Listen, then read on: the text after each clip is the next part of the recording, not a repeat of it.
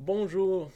Le lectionnaire de cette semaine nous offre la parabole archiconnue du fils prodige, une histoire qu'on a entendue plusieurs fois, de nombreux sermons, l'histoire d'un fils ingrat qui quitte son père, qui part à l'étranger, qui dilapide sa fortune dans une vie dissolue, qui revient repentant, son père le pardonne il dit aussi au fils aîné qui n'est pas trop content de voir son frère d'être heureux car celui qui est perdu est retrouvé.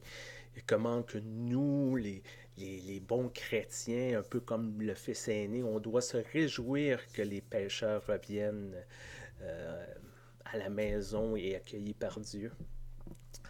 Oui, c'est l'interprétation traditionnelle, mais ça m'a toujours laissé un peu perplexe parce que je crois qu'il y a... C'est une histoire beaucoup plus compliquée que ça. C'est une histoire d'une famille profondément dysfonctionnelle, mais là, profondément.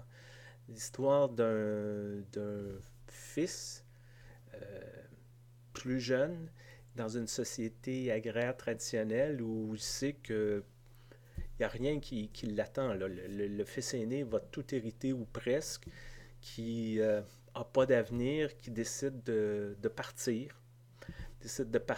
et d'après ce qu'on comprend, dans un des cycles d'autodestruction presque, on pourrait dire, il atteint le fond du baril.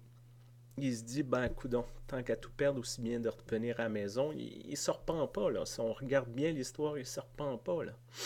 C'est l'histoire du frère aîné, du grand frère, qui n'est pas fâché parce que son frère revient, mais il est fâché parce qu'il y a un party pour son frère. Puis lui, il n'en a jamais eu, là. C'est une histoire de jalousie à quelque part. Comment ça que lui, qui a toujours bien fait les choses, il n'y en a pas eu de party, puis l'autre, il y en a. Histoire de jalousie. L'histoire d'un père deux fils qui semblent pris avec des problèmes d'accomplissement, de jalousie, puis lui, ce père-là, est prêt à faire tout et n'importe quoi pour garder la famille ensemble. Ça semble être le seul point qui l'intéresse. Son honneur, son argent, tout, ça l'importe pas. Comment que les gens vont le percevoir, c'est pas important. Tout ce qui compte, c'est de garder la famille ensemble. On croirait quasiment un parrain d'une famille sicilienne, là.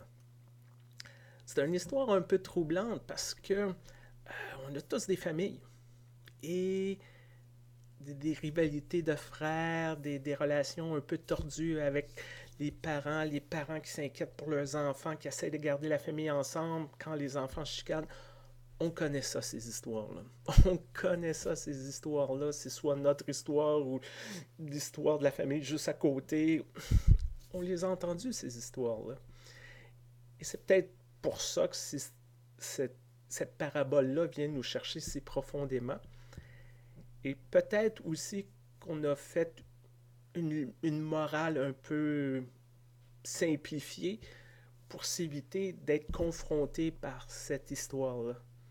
Est-ce qu'on est le Est-ce qu'on est le membre de la famille qui fuit par en avant, pas toujours pour les bonnes raisons? Est-ce qu'on est le membre de la famille qui est jaloux, qui est fâché, qui veut conserver ses privilèges? Est-ce qu'on est le membre de la famille qu'on est prêt à tout compromis, peu importe, pour essayer de garder une image d'unité? Cette histoire-là, je pense que cette parabole-là devrait plutôt s'appeler deux frères et un père, je pense. Et, et comment que la famille, ça peut être tordu, comment que la famille, ça peut être compliqué. Cette semaine, j'espère que cette parabole-là vous fait réfléchir. Où vous situez-vous dans cette parabole-là? Au-delà de l'explication religieuse, là, dans votre groupe d'amis, dans votre famille, dans vos cercles de travail, où vous situez-vous? Est-ce que vous êtes confortable à cette place-là? Et qu'est-ce que vous devriez faire pour améliorer les choses? Plus de compromis? Moins de compromis? Il y a tellement de questions qui peuvent sortir de ces réflexions-là que je crois que ça serait injuste pour vous de vous offrir des réponses, même des pistes de réponses. Je crois que c'est à vous à trouver ça et je vous le souhaite cette semaine de trouver des pistes de réponses.